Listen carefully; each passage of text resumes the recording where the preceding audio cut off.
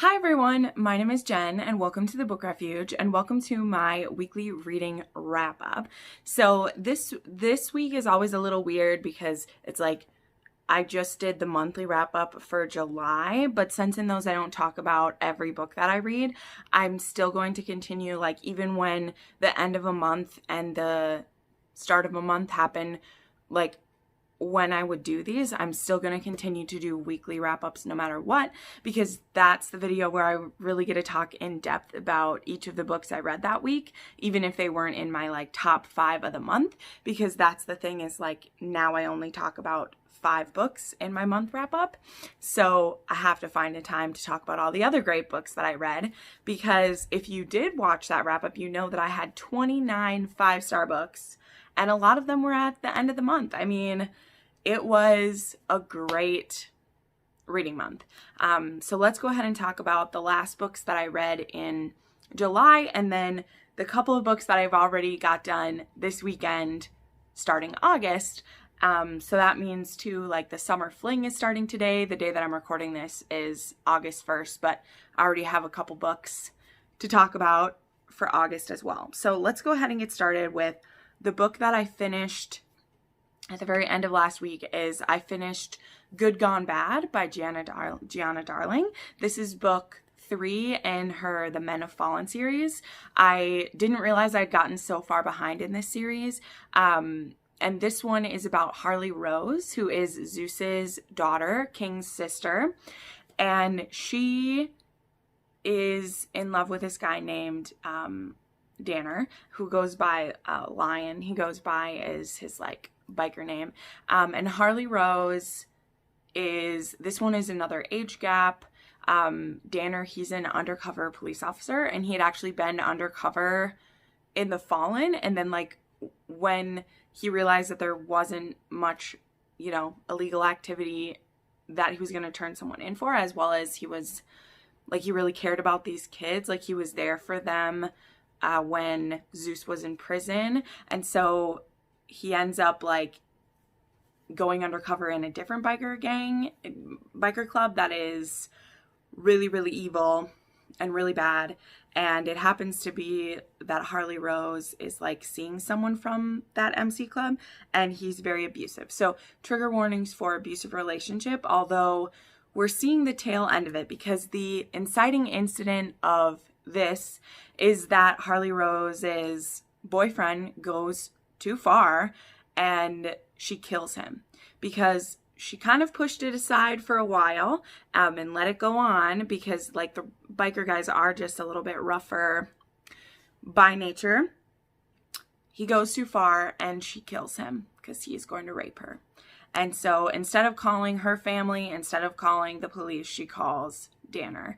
And this kind of reignites their communication with each other and starts their love story. So I enjoyed this. I ended up giving it a 4.5 star because there was just a lot of stuff that I didn't understand that's going on. And part of that could be my fault, because it's been so long since I read the first 2 books in the series, but there is a lot of balls being juggled, and there's a lot of biker terms. And then the other thing, which this will become even bigger when I read book 4 in the series, the biker speak wasn't too bad in this one, because Lion really only speaks it, like, when he's with the bikers, and Harley Rose doesn't use it as much, but the biker speak was driving me crazy. And I know that's a style choice. I get that that is trying to be authentic, but I was going nuts, and it got even worse when I read book 4. But the content of the story itself, if that stuff isn't going to bother you, it's a great story that's being told, and these are always dangerous and edgy, and Danner is a dom, so there's a little bit of DNS stuff going on, and it's cute. I love that stuff. Then I also finished The Scot Beds His Wife, which was book 5 in the Victorian Rebel series. This one was really fun because our heroine, she is actually from the United States, and she is married to a criminal. And the inciting incident of this is that they're train robbers, and her husband and like she's kind of drug along with him. He is robbing trains and he's going to kill someone who sees his face. And that just snaps it for her because she's like, no, this was only supposed to be about taking money, not killing people. And so she kills her husband to save this woman. Now this woman is originally from Scotland and she has just come into her inheritance. And so Allison is the name of this heiress. And so to help Samantha escape, she's like, how about you take my identity? You look kind of like me. I've been in the States for 20 years when my mother and I moved here after my father died. So no one will recognize me. So why don't you go back and pretend to be me? We raise cattle there, which Samantha's used to doing from where she lives in the United States. And so she agrees to go. And then it turns out, though, that Gavin Mackenzie, who is one of the brothers of the Mackenzie peeps over there, obviously, he is trying to buy this land that she's come into inheritance of. And the only thing that Allison told her that she couldn't do is give the land to a Mackenzie. So even though Gavin is willing to buy all of this from her, she can't sell it to him. And it ends up being a marriage of convenience story. So it was really good. And I read that one because I have started book 6, but it's not finished yet. So it's not in this wrap up. But I've thoroughly enjoyed this series. I ended up giving that one a 4-star, I think, just because there was a lot of other stuff going on in the story that I didn't care for, as well as then like her ex-brother-in-laws, you know, because she killed her husband, they are trying to hunt her down because she killed their brother. So there's that plot going on as well, and I was just kind of like, meh. I wanted more stuff spent on the love story, but that's me. Then I won a advance copy only by like 2 days. I got the copy 2 days ahead of time, but I won a copy of Devrams Discipline by Brianna Hale. So yeah, this book is the first in the Pavarel Royal series. This was a Daddy King story. This is a 32-year age gap.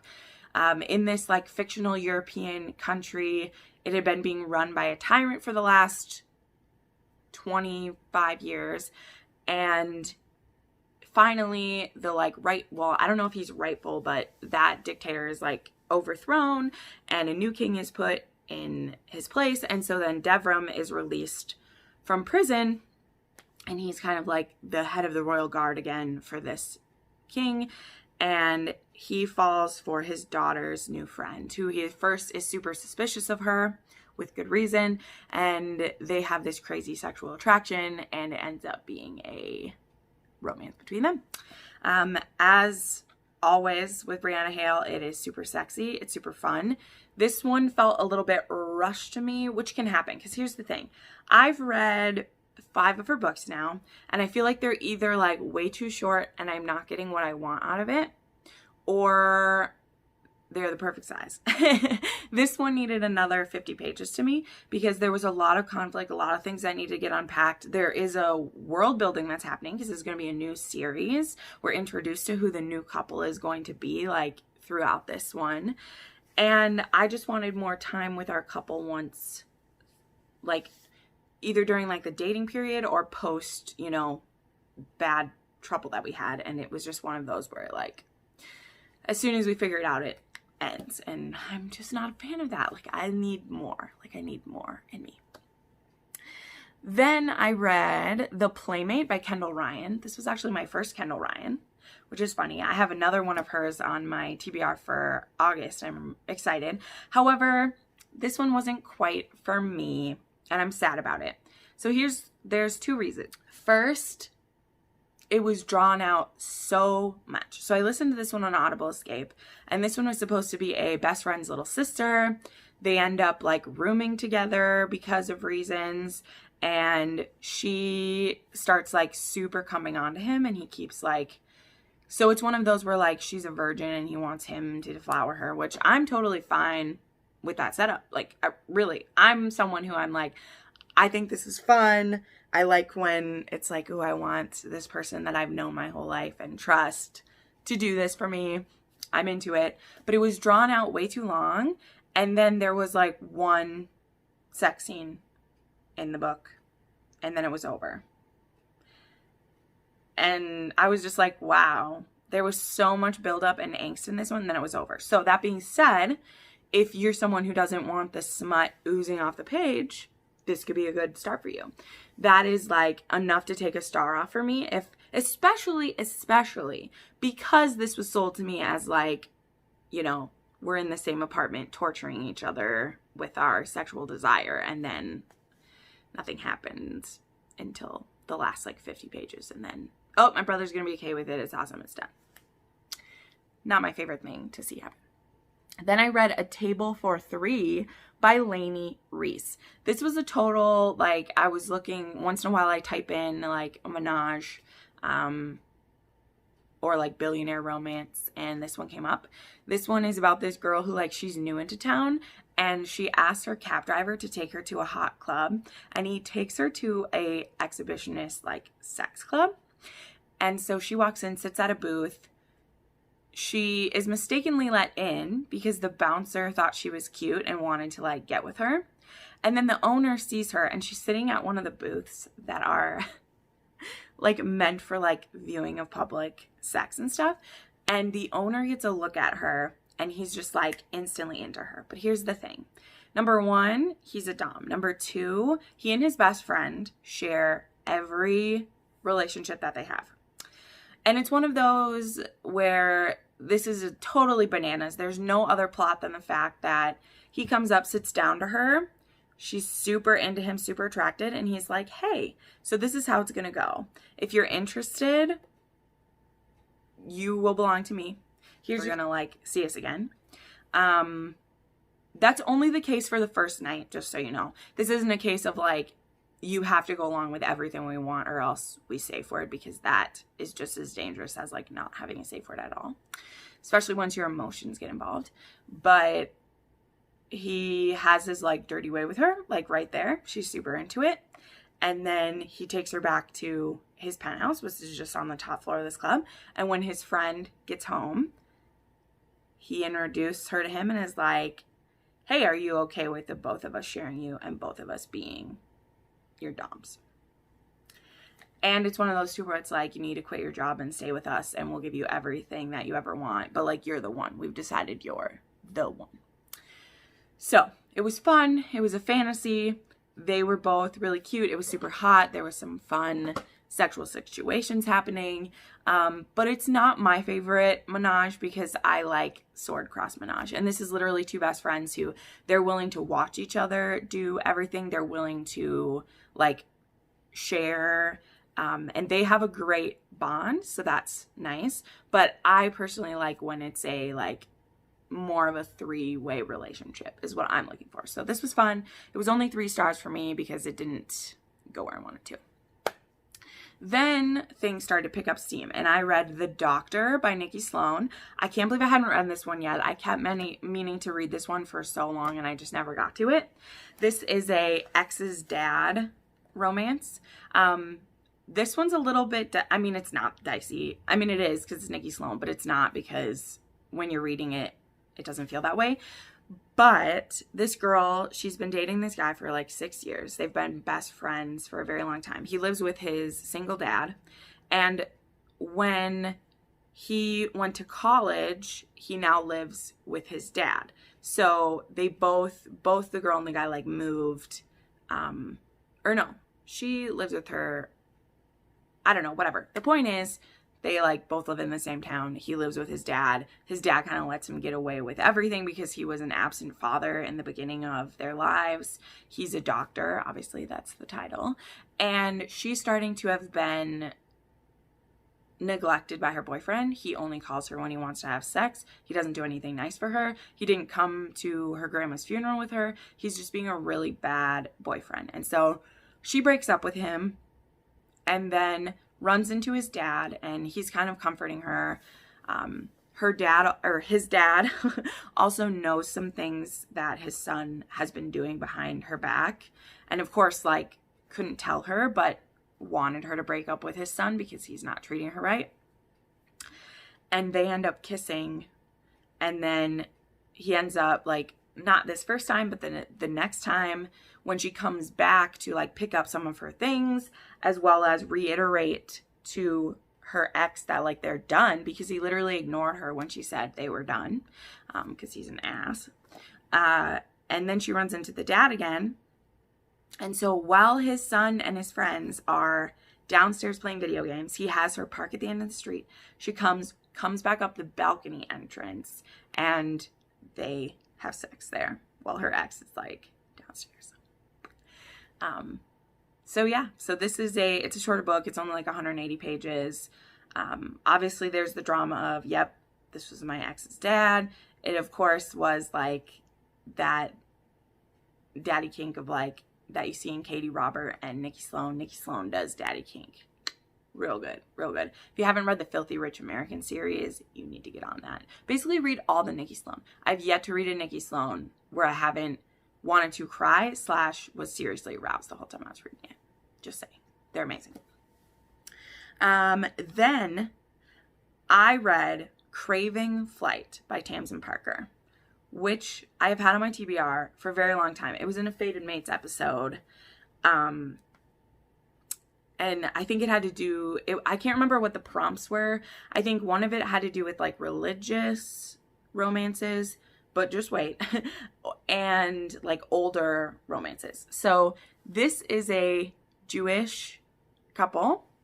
This is a woman who, she's a Jew, but she wasn't raised in Orthodoxy. And when she grew up, she decided to enter into it. So she got divorced from her husband, and she's been living as a devout Orthodox Jew for the last, like, 6 years. And she's ready to get married. And there's also a widower who is a butcher in town, and they have a match set up for them. So she's like 35, he's like 38 or 40, I don't know. And one of the things that had ended her first marriage is that she was into kink, and her husband always made her feel ashamed of it, or would, like, do it just to please her, but wasn't super responsible with it. He hurt her a couple times, never, like, fully committed to trying to find a middle ground with them. And so when she gets married to her new husband, she takes a risk. And because he asked her, he is, wow, this is like, he's totally like the, you know, it's called, like, the bear or whatever, that kind of guy. He's just this big grizzled butcher, and is, like, super sexy for and they get to their room, and they get to their new apartment, and he's like, what can I do to please you? Oh gosh, I'm like, and she admits, which she's so scared to do, but she's like, I don't want to enter this marriage under false pretenses and end up miserable, because this marriage is going to last forever. So she tells him, she's like, I like to be hurt. And he doesn't question her, doesn't blink. He's like, how? Do you like to be tied up? Do you like to be spanked? Do you like to be, you know, ordered around? Like, what? How do you like to be hurt? And he, in fact, already has a bunch of toys. Already is, like, accomplished at, like, binding, and accomplished at, like, sensory play and all these things. And so, but there's two aspects to the story. There's the one aspect of these two people finding a, like, sexual match when they didn't expect to. And another of them meeting with, like, their hearts. Because he's very closed off. You know, he is a great lover. He is a good husband. And it's not like he's overly strict. He just follows their, you know, religious guidelines. And she actually, like, she teaches, like, Jewish culture and laws and things at a college. She's a professor. And she's very judged by that world because she wears her Orthodox clothes. She dresses very modestly. She speaks modestly. She follows kosher. Like, she does all those things. And it's a heavy weight on her. And yet with her husband, who has just lived it all his life, and it's second nature, she is constantly like messing things up. And he is, you know, always correcting her and trying to help her, but that doesn't feel like it to you. You know, so I don't know how else to explain this story. It's pretty short. I've already kind of said a lot. But if you're interested, if you're open, like, this story was really beautiful to me because, number one, I thought I knew a little bit about Jewish culture. My great-grandmother was actually a Jew from, not Czechoslovakia, from Prussia. And so there's parts of it that, like, it was very interesting to read about.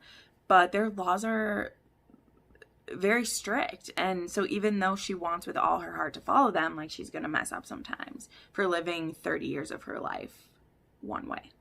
So watching how they navigate that, like, it was really beautiful. I was really touched, and I cried a lot. Then I read For Her Own Good by Tamsin Parker, which is one of her newer releases. This is a daddy kink, daddy dom. This is a, I can't remember the term, but it is like a DDLG, which I never read one like this before. And this one has a 25-year age gap. 25 years. I can't remember. But this one, wow. This one packed a punch. So the setup for this one is this. He was her therapist when she was like 16 to 18. He moved away because he had feelings for her. So, man, people like get mad at him for that. Not reader people, but like people in the book. When it's like, what else was he supposed to do? Like, he's a psychiatrist. He's her psychiatrist. She has depressive things. She has a few different issues. He's having these feelings for her. And he knows that under no circumstances is this going to be okay. And so he leaves. He leaves. He's gone for 10, 15 years. I don't know how long. Marries another woman. Ends up divorced from her. Stays really close friends with her.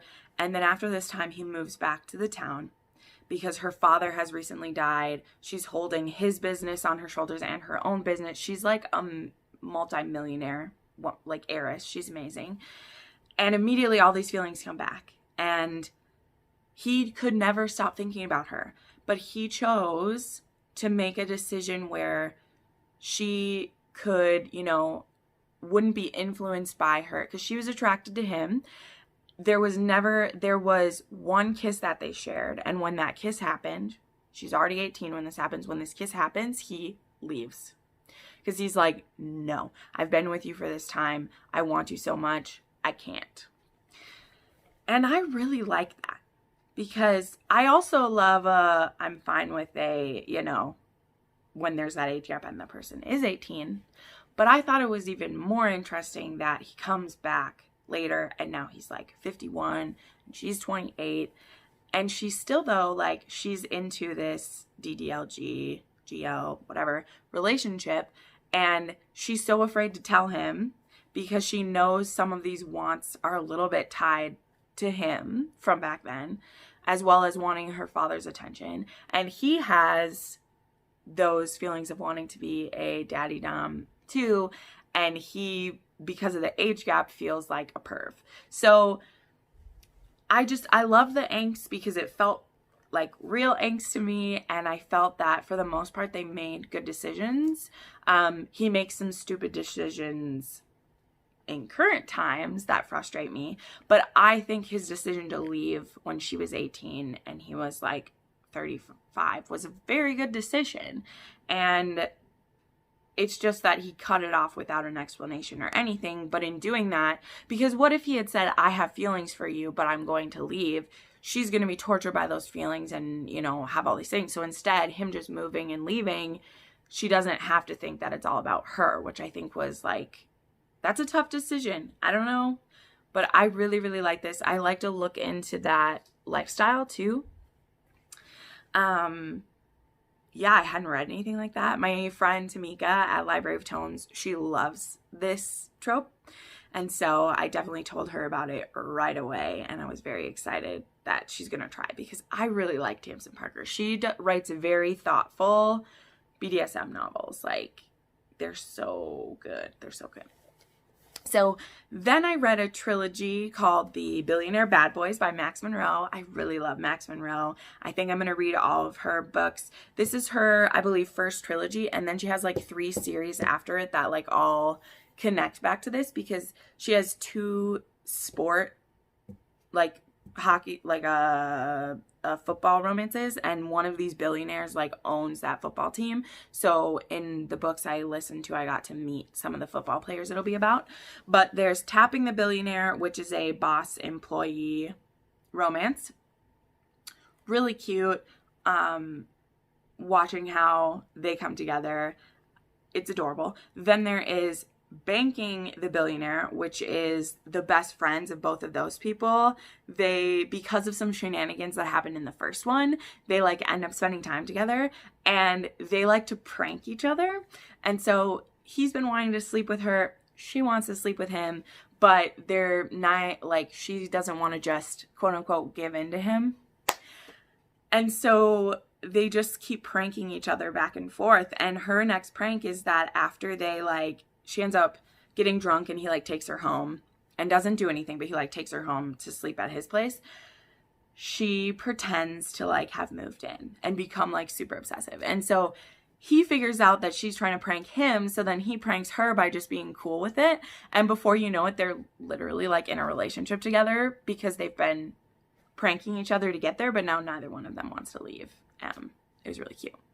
And then Scoring the Billionaire is, again, this is about the owner of the football team and then the team doctor. And this is also a single mother romance. She has a daughter with autism. It's really, really cute. I actually have read the St. Luke's docuseries first. And this daughter is the same daughter of Nick, who's from that series. So we hear about Nick a lot in this series and just how he's like a jerk and everything. And we actually get to see this scene from, is it Olivia? I can't remember her name. We get to see the scene from her point of view when Nick comes to her and says, I know I fucked up. I want to be a good dad. I'm going to move here and be here for my daughter, which is what he's doing when we're at his book. I think he's the neurosurgeon, or I think he's the neurosurgeon. Maybe. But we also get to see the ER doctor is the brother of one of the characters. So she was like setting up these series in this series, which was really cool. So I gave these books respectively 4, 4, and 5. I really loved Scoring the Billionaire. I'm learning that I really do like single parent romances, and I'm starting to like kids in books if they're done right. I had this discussion with my friend Lynn, because I just have it in my head that I don't like the trope of like kids in fiction. And I don't think that's true. I think I just don't like it when they're done badly. And here's the thing. I don't like anything that's done badly. So I don't think I particularly dislike kids in romance, because I love nanny and governess romances. I love single dad romances. I like single mother romances. This month I've read 2 of them and I love them both. So maybe I'm just more into it than I think. So I really liked it. And then I read A Crown of Lies by C.D. Reese. This was a marriage of convenience. I wasn't a huge fan, but it had to do with like, he needs a wife to become higher up in the business. Like his dad doesn't trust him to take on more responsibility until he can handle like a wife and a family and stuff. And so she agrees to be his wife for a year. And they're going to like not fall in love is basically the thing.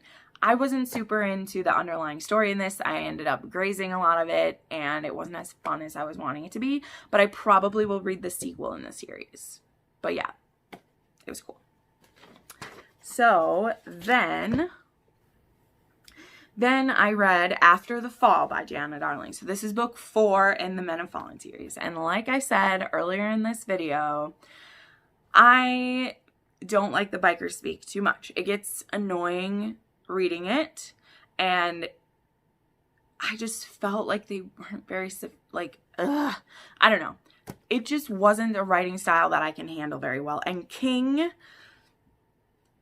is like the worst of all for it, because number one, he talks a lot because he's a poet, he's a wordsmith, he's all these things, and so there's so much dialogue of kings in this book. This is a revisit to King and Cressida, who were in book 1. That was a student-teacher age gap. She is 10 years older than him, and now it's been 4 years, and this is about them kind of like moving their relationship forward. Also, the first half of this book overlaps with the book before it, after Good Gone Bad. And because I was reading them back to back, it was too much overlap for me. We were getting to see things from King and Cress's point of view, everything that went down in Good Gone Bad. There's things with Harley Rose and Danner and stuff like that. That one ended on a cliffhanger that had to do with Zeus, and so we're getting to see what happens, but it takes half of that book for that to happen. And then it had one of my like least favorite tropes happen, which I won't say. And it just went downhill for me. And that made me sad because I like King and Cress, but the kind of story they were telling, and then also like King's dialogue, I just, for these being biker people, like they're so passionate, and there was just so much lip service. So it makes me sad because I like the characters and I wasn't having it. So this one was only a 3.5 for me. A star for the trope that I didn't like and the redux of so much information, and then a half a star because the dialogue, like, some of you might be okay with it. I just couldn't do it. However, I'm still going to continue this series because the next book, Inked in Lies, is about Nova, and I really want to read about Nova. So I'm going to keep going and just plow through those biker contractions, but it's hard for me, guys. It's hard for me. Then I started a fun little series. So here's how this came about. I need to take a drink of my coffee. I'm talking a lot. I really like L.L. Ash, the one book of hers that I read. So the book by her that I've read is called Him, and it was a best friend's dad age gap romance, and I really, really liked it. I liked it a lot. And I, for some reason, thought that was her first book because I had never heard of L.L. Ash before. Him came up when it was a new release when I saw it, and it like came up on my like new releases, and then when I looked at it, I saw what it was about, and I bought it. And so I looked her up and realized that this woman has so many books, like there's 20 at least, in various tropes and everything. And so I was like, what? And I loved him. I loved him so much. And so I found this duology to start with that is called Minutemen. And the first one is a male escort. It's called Boyfriend by the Hour. This is also an age gap, older woman. So we have this, wow, I totally forgot his name. That happens to me. But he's like 27. He's a male escort. He's seeing 5 to 6 women a week. He has separate locations. He has one that is his love nest and one that is his home. And he only takes clients based on referrals. Then we have our heroine, who she is a, millionaire businesswoman. She does like home shopping network basically stuff. She's a producer for that. She like owns 51% of the company, and she has had a rough few months. Her mom died a few months ago, and she's just in a funk. She's 41, I think. Yeah, she's 40 or 41. And one of the people she works with suggests seeing him. So she gives him the number and is like, you should reach out to him. You can just go on a date with him, or you could go all the way with him. And so they talk, they set up a date, and for her, she just wanted to get to know him. So they immediately have this chemistry. He's really cocky, and she's like, why are you being like this? Like, you're not winning me over. And he's like, but you're gonna want to see me again. Like, women like you. And he's like, well, he doesn't say I mean it respectfully, but he does. He's like, what you need is you want someone to make some decisions for you. He's like, you want someone to do these things, and you don't have time to woo an actual person. So he is an actual person, but that's what I'm for. So they basically negotiate that they want to do like the boyfriend experience because she doesn't feel right about just this by the hour sex or whatever. But it ends up getting drawn out because the first like 2 or 3 times they see each other, she doesn't want to have sex. And he's just like going crazy because that's what women want him for. Women want him to have sex with him, obviously. And so he keeps like not charging her for it because they're not having sex. And so he's like, we're basically dating right now because we go out, I take you to dinner, and we don't have sex together. I won't tell you any more about this. These books are all on KU. There is a lot more going on. This book, though, sets up the next book. I won't tell you how their relationship plays out. It was very good. I gave it 5 stars. It was really unique. I like the male escort trope. I've only read literally 2 books with it in it. I will be finding more of them, especially when like it's a female, because I've read it, I think, where it was a male, but I like that it was an older woman and it was great. So then skip ahead a couple years. This book has a bit of ties to the mafia. So our hero in that one, he is Russian, and he chose to be an escort instead of to sell drugs. That was the choices that were laid in front of him when he was young. So putting that aside with him, to get out of his business, he has to owe a mob boss a favor. And so our second book in the series, called Bullseye, is that coming to fruition. So it's been about 3 or 4 years since that first one is, and this mob boss is calling in his favor with our hero from the previous book. So he calls in his friend Max, who they've been friends for a long time. In fact, he actually saved Max's life when they were young. And Max is a hired hitman. One of those hired hitmen who, has a secret heart of gold. He was in the special forces. He has had a lot of crazy things done to him. And what this target is that there's this girl who is about to be, her name is Mila. She's about to be married off to a different mob boss. So her father is going to marry her to one. And what Max's job is to either woo her away from this marriage, do whatever he's got to do, or kill her so that this union can't happen. So Max has 2 weeks to do this. She gets brought to the country to wait for her wedding, and it's very clear that she's going to be treated very horribly in this wedding. She meets with her future mother-in-law. Her future mother-in-law is like, if you can give them whatever they want, you can live a pretty good life. It can be you and your children, and you can have pretty much anything you want if you can please them. But it's not going to be good. She is was an opera singer. She was actually allowed to go to school, and she's studying in music, and she's been singing in the opera for the last couple of years. And now it's time for her wedding. And so she had 5-6 extra years of freedom than most mafia princesses would have.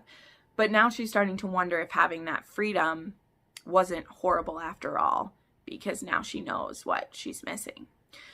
So enter Max, who quickly decides he really doesn't want to kill this woman, but the thing that's on the line is his friend's wife and daughter. So he's like, I will woo this woman or I will kill her. And it becomes he's a wooing. He's a wooing. And then it ends up as I won't tell you how, but it ends up as a not lost, but a forced proximity story. And I just really loved this one too. I gave it 5 stars. These books only have 10 and 2 ratings on Amazon and Goodreads. So please check them out. If you like mafia romances, escort romances, age gap romances, any of those things, please check out this series by L.L. Ash, because there could be a third book in the series. It's set up for a third book, but why would the author keep writing it if no one's reading it? Please go read these books. They're both on KU, and they were fun and great. And then the last one I want to talk about was another TL Swan, because she dropped another book just last week. And I didn't know this was coming because I read The Takeover last week. And this book is called Our Way. And man, I loved it. I wrote a very detailed good reviews for this one because I was seeing some controversial reviews. And granted, I'm not in the LGBTQ community, but I am an ally for people who need it. I love reading content about them. I've read plenty of romances that make me just as happy and spicy as reading hetero romances. And this one is interesting. So we have Nathan and Eliza. They meet on their first day of work at the same hospital. He's a doctor, she's a nurse. They meet in the cafeteria and they immediately hit it off. She's feeling this amazing chemistry with him, and then he tells her, "I'm only into men."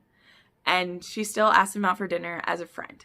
So that's our prologue. They meet each other and they become best friends. And then 10 years later, they are practically living together.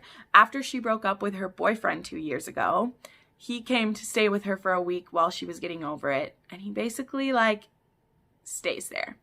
Straight up, bring home dinner for each other, rub each other's feet if they've had a bad day, sleep in the same bed a lot of nights, but he's gay. That's what we think. He doesn't identify as gay. He doesn't identify as anything at the beginning of our book. He's just why do I have to be anything? But he's only had relationships with men since he was 15. Particularly one relationship that was 8 years, and it ended when he moved to San Francisco to start this job and his partner wouldn't come with him. And so he's kind of still liked this guy for 10 years, but nothing's going to happen with it. Anyway, 10 years into this friendship, Nathan sees her in a bikini one day when they're going shopping, which they've done 100 times before, and he gets a boner. And he not all of a sudden, because they love each other, they say, "I love you," they are each other's best friends, he gets extremely turned on by her. And he doesn't know what the fuck is happening. He's never felt attracted to a woman before. He's not thought they were ugly or horrible, but he's never wanted to do anything with them before. And so he's terrified and horrified with himself. And he doesn't know what to do. Meanwhile, on Eliza's side of things, her friends are really encouraging her to start dating because they're like, "You are wasting the best years of your life living with your friend who is never going to be a husband to you or the father of your kids or any of those things. And you're 34 and don't you want that? You need to start seeing people. Are you ever going to bring someone home when Nathan's sleeping in your bed? You can't do that." So she, for the sake of her future happiness, is okay, I need to start dating. So all of that's starting to happen at the same time. So what we have with Nathan is that he starts seeing a therapist, which I thought was so awesome. I love it so much. He starts talking with his younger brother, who is "Dude, you're into her. Go for it." And Nathan's "There's much more at stake than this." He's "I've never categorized myself as gay. It's not so much liking women that's messing with me. It's that she's my best friend. And I can't experiment with her because I've never had sex with a woman before. What if I do it and I hate it? What if I do it and I don't please her? What if I do it and she doesn't like it? What do we do? If we mess this up, this is the most important relationship in my life. And yeah, that is the conflict of this book. And then some of the things about it, I'll say to detract. Because to me, this storyline is amazing, right? We've seen plenty of storylines where it's gay for you, which a lot of people have problems with, or we even see the good side of it where someone is awakening to this and so they're experimenting with things. We've seen that happen. You're telling me that someone who grew up one way wouldn't then maybe be interested in someone else, especially when Nathan starts to realize that what he really might be is that he's pansexual, and that he's falling in love. He's in love with his best friend because she's his best friend, and now his body has caught up with his head, and he's now physically attracted to this person that he's loved for so long. And I'm just like, some of the reviews I could see people just wanted to hate on it. And again, I'm not pansexual, so I can't say that it is, but from the research I've done, from friends of mine who identify this, from what I've seen, this is what it is to be pansexual, is that you don't love body parts. You love a person. You love a soul inside of the physical person. And so to me, that's what made this story beautiful. And so all that other stuff that goes with it, the risk of this being your best friend, the way that society is going to think at him, the way that she feels insecure that he might decide he likes men again and leave her, like, those are the parts of it that make this complex and layered. It's not the fact that his sexuality is changing. That, like, I won't die on that hill or anything to win it, but I'm just saying, like, give this book a chance if you, like, see the reviews that say those things, because to me, I thought it was very respectful. And we see Nathan literally going to therapy to talk it through. I will tell you this, his first therapist gives him some really dumb advice, in my opinion. But he does have, like, a couple different therapists throughout this story. And then watching Eliza, who she has always thought he was sexy. Since the first day she wanted to ask him out. And she's had dreams about him before. Like, he sleeps in her bed. They cuddle. She has sat on his lap before. Like, they are together. His family loves her, looks at her as a daughter. So this is like a fantasy dream come true to her. And so she's going to doubt it at a lot of different turns. And that's going to put a lot of pressure on this, like, exciting new relationship, because of things other people are going to say, because of insecurities she has. Like, can her body offer him everything that he needs? It was so good. This book is huge. It's 560 pages. I just ordered the paperback of it, which was $23, the self-published paperback, but I have to have it. T.L. Swan, her new, like, her standalone, like, I have to have them. I have to have them. And this was fantastic. It was 5 stars. I loved it. So there you go.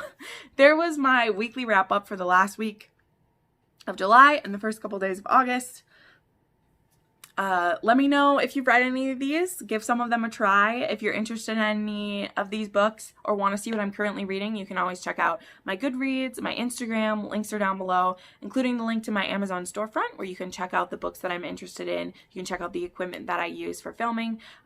Anything you purchase through there gives me a little bit of boost for the channel, which is great. Thank you so much for watching. And if you want to watch more of these videos, you can check it out right now.